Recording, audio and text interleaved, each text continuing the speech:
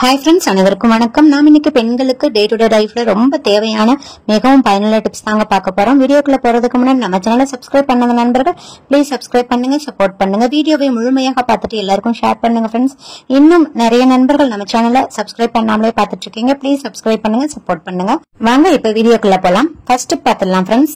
இப்ப நம்ம இந்த மாதிரி குழந்தைங்களுக்கு லஞ்ச் கொடுத்துடும், அப்படி இல்லைன்னா வீட்டுல ஹஸ்பண்ட் ஆபீஸ் போறதுக்கு இந்த மாதிரி லஞ்ச் கட்டி கொடுப்போம். அப்ப மேல இதே மாதிரி ஒரு பாக்ஸ் வச்சு விடுவோம். அதுல வந்து ரசம், குழம்பு, தயிர் ஏதாவது வச்சிருப்போம்.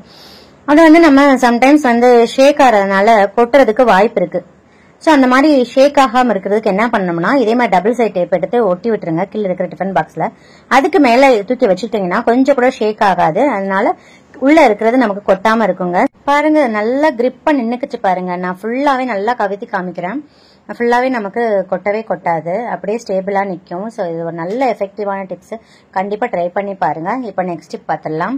எல்லார் வீட்லயும் நம்ம செல்லோ டேப் யூஸ் பண்ணுவோம். ஆனா அதோட ஸ்டார்டிங் பாயிண்ட கண்டுபிடிக்கிறதுக்கு ரொம்ப கஷ்டமா இருக்கும் ஃப்ரெண்ட்ஸ். அதுக்கே நமக்கு டைம் ஆயிரும்.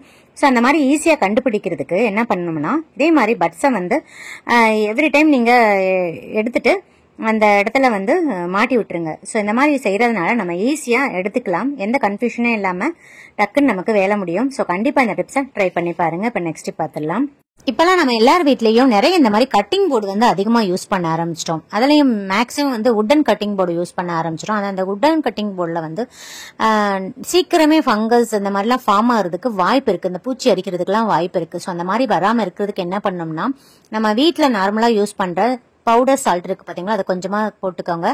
அப்புறம் நம்ம எலுமிச்சம்பழம் ஜூஸ் எல்லாம் பிழிஞ்சிருப்போம் பாத்தீங்களா, அந்த தோலை நம்ம இதுக்கு யூஸ் பண்ணிக்கலாம். இதை வச்சு நல்லா ஸ்க்ரப் பண்ணி விட்டுருங்க. நல்லா ஃபுல்லா ரெண்டு பக்கமுமே எட்ஜ் எல்லாத்துலயுமே நல்லா ஸ்க்ரப் பண்ணி விட்டுருங்க. ஸ்க்ரப் பண்ணிட்டு தண்ணியில நல்லா கழுவிடுங்க. பாருங்க, நான் நல்லா கழுவிட்டேன். கழுவிட்டு நல்லா ஈரமே இல்லாத துணியை வச்சு நல்லா தொடச்சிருங்க. தொடச்சதுக்கு அப்புறம் ஒரு டிராப் தேங்காய் எண்ணெயை ஊத்திட்டு நல்லா ஈரம் இல்லாத கிளாத்தை வச்சு நல்லா தொடச்சிருங்க. இப்ப பாருங்க, நல்லா பளபளன்னு இருக்கு. இந்த மாதிரி செய்யறதுனால நமக்கு வந்து எப்பயுமே இந்த கட்டிங் போர்ட்ல ஃபங்கஸ் எதுவும் ஃபார்ம் ஆகாம எப்பயுமே கிளீனாவே இருக்கும். ஸோ வீக்லி ஒன்ஸ் இந்த மாதிரி டீப் கிளீன் பண்ணிக்கோங்க. இப்ப நெக்ஸ்ட் பார்த்துடலாம் ஃப்ரெண்ட்ஸ். இப்ப நம்ம நார்மலா யூஸ் பண்ற அந்த பேண்ட் இருக்கு பாத்தீங்களா, ஜீன்ஸ் பேண்ட் ஆகட்டும், நார்மல் பேண்ட் ஆகட்டும், அதுல இருக்கிற ஜிப்பு வந்து சம்டைம்ஸ் வந்து ஜாம் ஆயிக்கும். நமக்கு ரொம்ப ஸ்ட்ரகிள் பண்ணும் மாட்டுறதுக்கும் ஓபன் பண்றதுக்கும். சோ அந்த மாதிரி இல்லாம ஈஸியா அந்த ஜிப்பை வந்து கழட்டுறதுக்கு என்ன பண்ணணும்னா, இதே மாதிரி வேஸ்லைன் இருக்கும் பாத்தீங்களா, அதை வந்து ஜிப்புக்கு மேல நல்லா அப்ளை பண்ணி விட்டுருங்க. அப்ளை பண்ணிட்டு இப்ப நம்ம ஓபன் பண்ணி பார்த்தோம்னா எந்த ஸ்ட்ரகிளுமே இல்லாம ஈஸியா நம்ம ஓபன் பண்ணிக்கலாம், மாட்டிக்கலாம். சோ இது ரொம்ப எஃபெக்டிவா இருக்கும். கண்டிப்பா இந்த டிப்ஸை வந்து ஃபாலோ பண்ணி பாருங்க. இது பேண்ட்டுக்கு மட்டும் கிடையாது, நம்ம பேக் எல்லாத்துக்குமே இதே டிப்ஸை வந்து நம்ம யூஸ் பண்ணிக்கலாம் ஃப்ரெண்ட்ஸ். இப்ப நெக்ஸ்ட் டிப் பார்த்துடலாம் ஃப்ரெண்ட்ஸ். இப்ப பேண்ட் எல்லாம் எப்படி ஈஸியா மடச்சு வைக்கலாம்னு பாக்கலாங்க. இப்ப பேண்டோட டாப் போர்ஷனை பாதி அளவுக்கு இந்த அளவுக்கு நல்லா மடக்கிக்கோங்க. இப்ப ரெண்டு கால் போர்ஷன் இருக்கு பாத்தீங்களா, அதுல வந்து ரைட் சைடு இருக்கிற கால் பகுதியை வந்து ஒரு 4 மடக்கு மடக்கிக்கோங்க. அதே மாதிரி லெப்ட் சைடு இருக்க கால் பகுதியை 4 மடக்கு மடக்கிக்கோங்க. இப்ப அந்த ரைட் சைடு லெப்ட் சைடு இருக்கிறத வந்து இதே மாதிரி அதோட போர்ஷனுக்குள்ள நல்லா நுழைச்சு விட்டுருங்க. பாருங்க, இப்படிதான் இருக்கும். நுழைச்சதுக்கு அப்புறம் உள்ள கை விட்டு எந்த சுருக்கலும் இல்லாம அப்படியே எடுத்து விட்டுருங்க. இப்ப வீடியோ காமிக்கிற மாதிரி இதை திருப்பி போட்டு அப்படியே ஒரு மடக்கு மடக்கிங்க. அவ்வளவுதான், சூப்பரா நம்மளோட பேண்ட் மடக்கியாச்சு. இந்த மாதிரி நீங்க மடக்க வச்சீங்கன்னா வார்ட்ரோப்ல அதிக அளவு இடமும் அடைச்சுக்காதுங்க, சீக்கிரமா கலஞ்சும் போகாது ஃப்ரெண்ட்ஸ். இப்ப நெக்ஸ்ட் பார்த்துடலாம். எல்லார் வீட்லயும் பயன்படுத்துற முறை இருக்கும் பாத்தீங்களா, அதை வந்து நம்ம ரொம்ப அழுக்காயிரும். அதை வந்து வாஷ் பண்றதுக்கு இதே மாதிரி கொஞ்சமா வாஷிங் லிக்விட் ஊத்திக்கோங்க. அதுக்கடுத்து நம்ம அதை ஸ்க்ரப் பண்றதுக்கு நம்ம நார்மலா பாத்திரம் தேய்க்கிற ஸ்க்ரப்பர்லாம் யூஸ் பண்ண தேவையில்ல ஃப்ரெண்ட்ஸ். இதுக்கு வந்து இந்த மாதிரி பிளாஸ்டிக் கவர் இருக்கும் பாத்தீங்களா, அதை நம்ம ஸ்க்ரப் பண்ணாவே ஈஸியா சுத்தமா பளிச்சுன்னு போயிடும். இதுக்கு நம்ம ஸ்க்ரப்பர் வேஸ்ட் பண்ண தேவையில்லை. பாருங்க, இப்ப நான் ஸ்க்ரப் பண்ணி முடிச்சுட்டு நம்ம இந்த பிளாஸ்டிக் கவரை தூக்கி போட்டுடலாம். இப்ப பாருங்க, நான் தண்ணியில அலசிட்டு காமிக்கிறேன். பாருங்க எந்த அளவுக்கு பளிச்சுன்னு இருக்குன்னு. சோ இந்த மாதிரி முறத்தெல்லாம் நம்ம வாஷ் பண்றதுக்கு இந்த மாதிரி பிளாஸ்டிக் கவர் யூஸ் பண்ணிக்கலாம் ஃப்ரெண்ட்ஸ். இப்ப நெக்ஸ்ட் பார்த்துடலாம். நம்ம யூஸ் பண்ற முறம் வந்து அழுக்காகாம இருக்கிறதுக்கு என்ன பண்ணோம்னா, இதே மாதிரி பிளாஸ்டிக் கவர் இருக்கு பாத்தீங்களா, வேஸ்ட் பிளாஸ்டிக் கவரை இந்த முறத்துக்குள்ள நுழைச்சு விட்டுருங்க. இதை வந்து கலராம இருக்கிறதுக்கு பின்னாடி திருப்பி நல்லா முடிச்சு போட்டுருங்க. அப்படி இல்லைன்னா ரப்பர் பேண்ட் போட்டு விட்டுருங்க. இப்ப வந்து நம்ம கூட்டி வாரி போடும்போது நமக்கு அடிக்கடி முறம் வந்து வாஷ் பண்றதுக்கு தேவையில்லை. இப்ப இந்த பேப்பர் அழுக்காச்சுன்னா நம்ம தூக்கி போட்டுட்டு வேற கவர் மாத்திக்கலாம் ஃப்ரெண்ட்ஸ். சோ இது ஒரு நல்ல எஃபெக்டிவான டிப்ஸ் தான், கண்டிப்பா ட்ரை பண்ணி பாருங்க. இப்ப நெக்ஸ்ட் பார்த்துடலாம். இப்ப இதே மாதிரி வேஸ்ட் ஸ்வீட் பாக்ஸ் எல்லார் வீட்லயும் இருக்கும்ல, அதை நல்லா கழுவி வாஷ் பண்ணி ட்ரை பண்ணி எடுத்து வச்சுக்கோங்க. இப்ப இந்த மூடிக்கு மேல வந்து கத்தியை நல்லா தீயில காமிச்சிட்டு சுத்தி நல்லா ஹோல் போட்டுருங்க. பாருங்க நான் ஃபுல்லாவே நல்லா ஹோல் போட்டுட்டேன். இப்ப நம்ம இதுல என்ன ஆர்கனைஸ் பண்ண போறோம்னா, நம்ம ஸ்பூன்லாம் கண்ட இடத்துல போட்டு விட்டுறோம் ஃப்ரெண்ட்ஸ், நமக்கு தேடும் போது கிடைக்காது. ஸோ இதே மாதிரி ஸ்பூனை ஃபுல்லா நம்ம இதுல ஆர்கனைஸ் பண்ணி வச்சுக்கிட்டோம்னா நமக்கு ஈஸியா அக்சஸ் பண்ணிக்கலாம். ஸோ பாருங்க ஃப்ரெண்ட்ஸ், இப்போ வந்து நம்ம ஈஸியாகவும் எடுத்துக்கலாம் வச்சுக்கலாம். இதை வந்து நம்ம கிச்சன் கவுண்டர் டாப்ல வச்சுக்கலாம், அப்படிலாம் டைனிங் டேபிள்ல கூட வச்சுக்கலாம். நமக்கு இனிமேல் ஸ்பூன் தொலைஞ்சே போகாது. ஸோ பாக்குறதுக்கும் நீட்டா இருக்கும். இதுக்குன்னு ஸ்பூன் ஆர்கனைசர்னு அதிக விலை கொடுத்து நம்ம கடையில வாங்க தேவையில்லை. ஸோ நம்ம வேஸ்ட்னு தூக்கி போடுற ஸ்வீட் பாக்ஸே நம்ம இப்படி ரீயூஸ் பண்ணிக்கலாம். ஸோ ரொம்ப பாக்குறதுக்கும் அழகா இருக்கும். ஸோ கண்டிப்பா அதை ட்ரை பண்ணி பாருங்க. நெக்ஸ்ட் ஒரு ஹெல்த் டிப் பார்த்துடலாம். மழை காலத்துக்குலாம் ஏத்த ட்ரிங்க்குங்க, கண்டிப்பா இதை செஞ்சு சாப்பிடுங்க. வாங்க பார்த்தலாம். ஃபர்ஸ்ட் அரைமுடி தேங்காயை இந்த மாதிரி துருவி வச்சிருக்கீங்க. அரை கப் வெல்லம் எடுத்திருக்கேன். 10 குறுமிளகு எடுத்திருக்கேன். 1 இன்ச்சு சுக்கு துண்டு எடுத்திருக்கீங்க. 3 ஏலக்காய். பாருங்க, இந்த ஸ்பூன்ல 2 ஸ்பூன் பச்சரிசி எடுத்திருக்கேங்க. இவ்வளவுதான் தேங்காய் பால் கஞ்சி செய்யறதுக்கு தேவையான பொருட்கள். வாங்க இப்ப செய்முறையை பார்த்துடலாம். நம்ம எடுத்து வச்சிருக்கிற 2 ஸ்பூன் பச்சரிசியை நல்லா தண்ணி ஊத்தி வாஷ் பண்ணிருங்க. பச்சரிசி மூழ்கிற அளவுக்கு தண்ணி ஊத்தியாச்சு. இது வந்து ஒரு 1/2 அன் ஹவர் ஊறட்டுங்க. பச்சரிசியோட அளவை வந்து நீங்க இன்க்ரீஸ் பண்ண வேண்டாம். இடிக்கிற உரல் இருந்தா எடுத்துக்கோங்க. அதுல ஒரு துண்டு சுக்கு, 10 குறுமிளகு, 3 ஏலக்காய் எடுத்துட்டு 2 இடி இடிச்சுக்கோங்க. இந்த மாதிரி ஒன்னும் பாதியமா இடிச்சு எடுத்துக்கிட்டா போதுங்க. ஏன்னா நம்ம மிக்சில ஓட தான் விட போறோம். நெக்ஸ்ட் இந்த மாதிரி ஒரு சாஸ்பேன் எடுத்துக்கோங்க. அதுல வந்து நம்ம எடுத்து வச்சிருக்கிற அரை கப் வெல்லத்தை ஆட் பண்ணிக்கோங்க. வெல்லத்தை ஆட் பண்ணிட்டு ஒரு 1/4 கப் தண்ணி ஊத்தினா போதுங்க. நிறைய தண்ணி ஆட் பண்ண வேணாம். 1/4 கப் தண்ணி ஊத்தி ஸ்டவ் ஆன் பண்ணி வச்சுட்டேன். வெல்லம் வந்து இந்த தண்ணியில கரைஞ்சு ஒரு கொதி வந்தா போதுங்க. இதுக்கு பாகுபதம் எதுவும் கிடையாது. பாருங்க, இப்ப ஒரு கொதி வந்துருச்சு.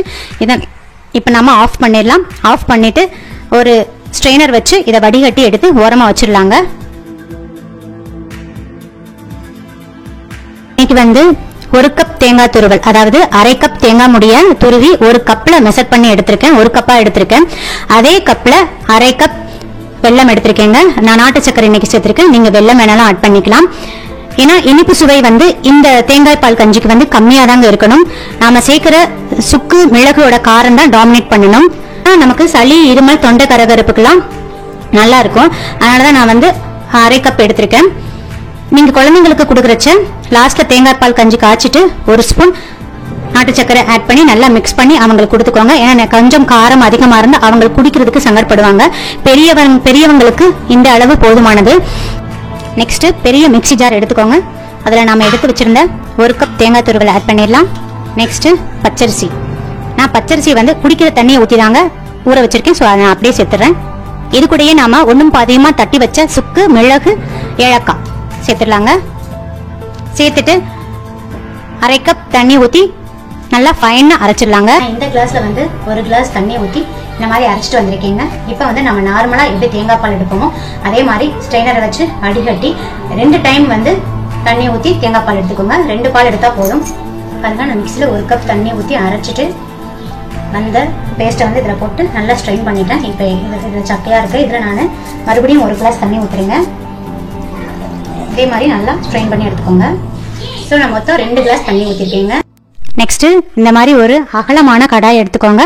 தேங்காய் பாலை இதை ஊத்திடலாங்க. இப்போ நான் 1 கிளாஸ் தண்ணி ஆட் பண்றேங்க. அதே சேம் கிளாஸ்ல தான் தண்ணி ஆட் பண்றேன். ஆட் பண்ணிட்டு ஸ்டவ் ஆன் பண்ணிக்கோங்க.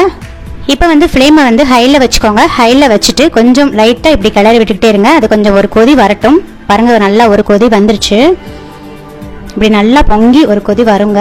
இந்த ஸ்டேஜ் வரவும் நாம ஃப்ளேமை வந்து மீடியம்ல வச்சிடலாம். மீடியம்ல வச்சுட்டு நல்லா கிளறிக்கோங்க.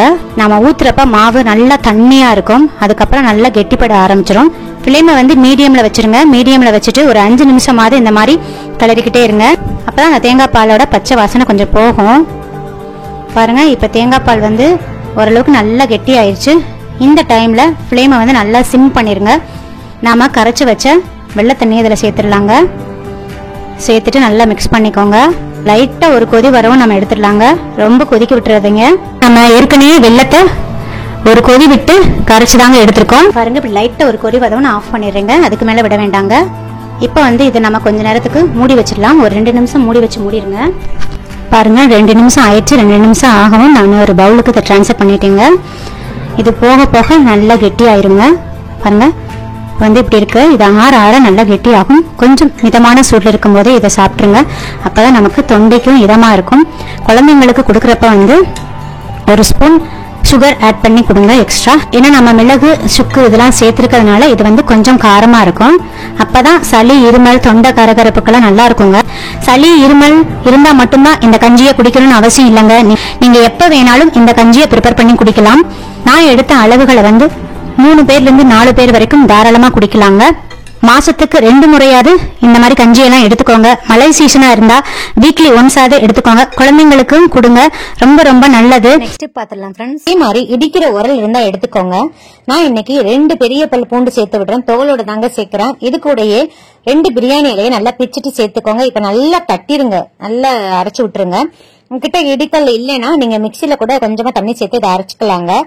இப்ப இதை அரைச்சதை வந்து ஒரு பவுல்ல சேர்த்து விட்டுருங்க. சேர்த்துட்டு 1 கிளாஸ் தண்ணி சேர்த்து நல்லா மிக்ஸ் பண்ணி கொடுத்துருங்க. இது கூடயே நான் ஒரு கற்பூரத்தை சேர்த்துக்கிறேங்க. கற்பூரத்தை நல்லா தூள் பண்ணி சேர்த்துட்டு நல்லா மிக்ஸ் பண்ணி கொடுத்துருங்க. ஒரு அரை மணி நேரம் அப்படியே விட்டுருங்க. அப்பதான் நம்ம சேர்த்திருக்கிற அந்த பிரியாணி எல்லாம் கற்பூரம் அப்புறம் அந்த பூண்டோட எசன்ஸ் எல்லாம் தண்ணியில இறங்குங்க. இப்ப பாருங்க அரை மணி நேரம் ஆயிடுச்சு. இப்ப இதே மாதிரி ஒரு வடிகட்டி யூஸ் பண்ணி நல்லா வடிகட்டிடுங்க. இப்ப இந்த தண்ணியை வந்து இதே மாதிரி ஒரு ஸ்ப்ரே பாட்டில ஊத்திக்கோங்க. உங்ககிட்ட ஸ்ப்ரே பாட்டில் இல்லைன்னா வேஸ்ட் ஜூஸ் பாட்டில் இருக்கும்ல, அதுல இந்த தண்ணியை ஊத்திட்டு அந்த ஜூஸ் பாட்டிலுக்கு மேல இருக்கிற அந்த மூடியில வந்து ஃபுல்லா ஓட்ட போட்டு வச்சுக்கோங்க. இப்ப பாருங்க நமக்கு வெப்பாம்பூச்சி வராம தடுக்கிறதுக்கான ஸ்ப்ரே ரெடி ஆயிடுச்சுங்க. இப்ப நம்ம இதை எங்க யூஸ் பண்ணலாம்னு பார்க்கலாம். இப்ப நம்ம கிச்சன் ஸ்டவ் இருக்கும் பாத்தீங்களா, அங்க வந்து நல்ல இந்த சாப்பாடு செஞ்ச எல்லாத்தையுமே நல்லா கிளீனா தொடச்சிட்டு இந்த ஸ்ப்ரே வந்து நைட் வந்து ஸ்ப்ரே பண்ணி விட்டுருங்க. ஏன்னா நைட்ல தான் கரப்பாம்பூச்சி அதிகமா வருங்க. ஆனா ஸ்டவ்ல வந்து ஏதாவது செஞ்சிருந்துச்சுன்னா அந்த ஸ்மெல்லுக்கே வரும். அதனால நல்லா தொடச்சிட்டு இந்த ஸ்ப்ரே அடிச்சு விட்டுருங்க. அதே மாதிரி ஸ்டவ்வுக்கு பின்னாடி இருக்கிறதுலயும் அடிச்சு விட்டுருங்க. ஸ்டவ்வுக்கு ஆப்போசிட் இருக்க டைல்ஸ் இருக்கு பாத்தீங்களா, அங்கேயும் அடிச்சுட்டு நல்லா இந்த மாதிரி கிளாத்தை வந்து தொடச்சிருங்க. அப்புறம் நெக்ஸ்ட் வந்து இம்பார்ட்டன்ட் நம்ம பார்க்க வேண்டியது சிங்க் தாங்க. சிங்க்ல வந்து நம்ம பாத்திரம் எதுவுமே வச்சிருக்க கூடாது. நைட் ஃபுல்லா எல்லா பாத்திரத்தையும் கம்ப்ளீட்டா கழுவி கவுத்துருங்க. ஏன்னா அந்த பாத்திரம் அந்த எச்சி பாத்திரத்தோட ஸ்மெல்லுக்கே வந்து கரப்பாம்பூச்சி அந்த அவுட்லெட் வழியா உள்ள வருங்க. சோ அதனால பாத்திரத்தெல்லாம் கழுவிட்டு நல்லா சிங்கை தொடச்சிட்டு என்ன பண்றீங்கன்னா இந்த சொல்யூஷனை அதுல ஊத்தி விட்டுருங்க. ஊத்திட்டு அந்த ஹோலுக்கு அந்த சல்லடிக்கு மேல இதே மாதிரி ஒரு டப்பாவை கவுத்து வச்சிருங்க. இந்த மாதிரி நம்ம ரெகுலரா செய்யறதுனால கரப்பாம்பூச்சி நம்ம வீட்டு பக்கமே வராதுங்க. அதுவும் இல்லாம அந்த பூண்டு அந்த பிரியாணி எல்லாம் அந்த கற்பூரம் வாசமே கரப்பாம்பூச்சிக்கு ஆகாது. அப்புறம் நெக்ஸ்ட் வந்து அந்த கீழே அந்த பைப் இருக்கிற இடத்துலயும் ஊத்தி விட்டுருங்க. அதே மாதிரி அந்த பாத்ரூம்ல அவுட்லெட் இருக்கும் பாத்தீங்களா, அங்கனையும் இந்த சொல்யூஷனை ஊத்தி விட்டுருங்க. நெக்ஸ்ட் வாஷ் பேஷன்லயும் ஊத்தி விட்டுருங்க. இந்த மாதிரி ரெகுலரா நம்ம செஞ்சுக்கிட்டே வர வர வர நம்ம வீட்டு பக்கமே கரப்பாம்பூச்சி எட்டி கூட பாக்காதுங்க. மேக்சிமம் வந்து கிச்சன்ல வந்து நைட் வந்து சமைச்ச பாத்திரத்தை போடாதீங்க. அதே மாதிரி ஸ்டவ் ஃபுல்லா நல்லா கிளீன் பண்ணிருங்க. அந்த கிளீன் இல்லாத ஸ்மெல்லுக்கு தான் நம்ம வீட்டு கரப்பாம்பூச்சியே வருங்க.